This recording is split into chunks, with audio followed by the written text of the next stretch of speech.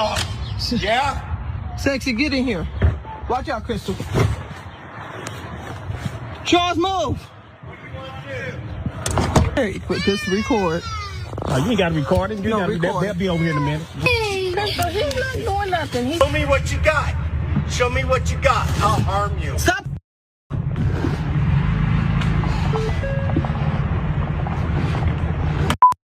Bitch! Your ugly black ass and get the on.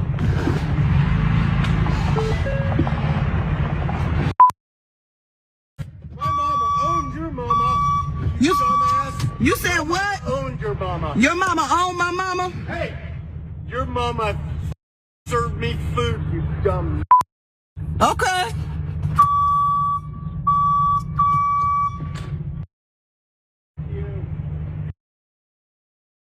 Okay. I will harm you.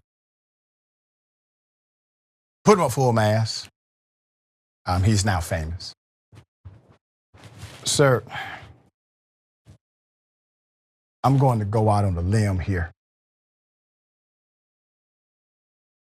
I don't think you were part of the particular white people that owned other folk, to be quite honest with you. Number one, I think you would have been a hand in the field yourself because they didn't give a about you either. Because you're not rich, sir. So while you believe your whiteness qualifies your superiority against the family that you may have a conflict with, sir, it only shows the smallness of your mind and the inferior complex that you have about self because you see others through the lens of you. I hope somebody loves you. It's an opportunity for them to have an intervention with you, sir. Do better with your life. Senator, thoughts here? It always, no, I shouldn't say that, Doc. I was going to say it always amazes me, but it doesn't amaze me. But you see how white people who think like this man always fall back on that. It's like automatic.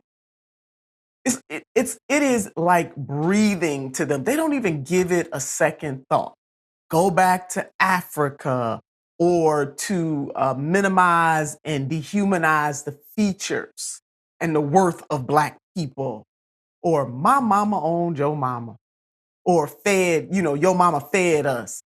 You see, he didn't even hesitate. There was no hesitation in this man's mind to say those things to this Black lady. None. Because why? It is baked in. And the sooner America understands that, and your point about, I was thinking the same thing, Doc. Look, there were most white people did not own slaves. It was a small percentage.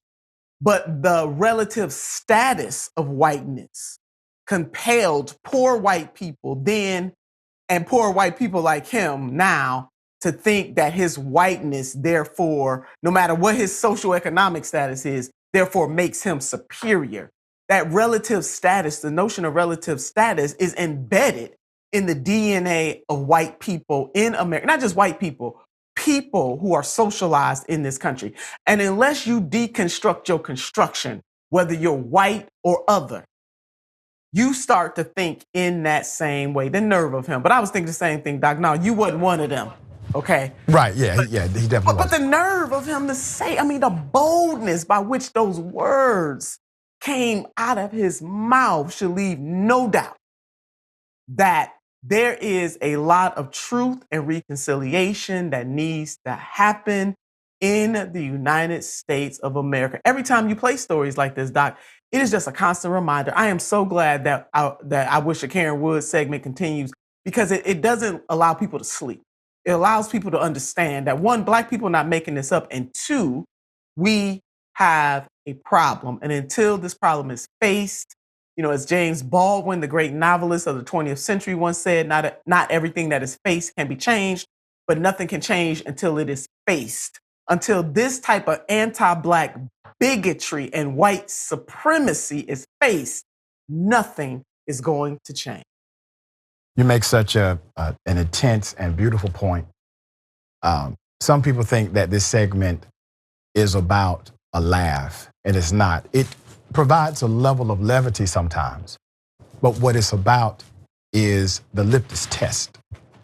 Because we can test the systems of justice by statistical data.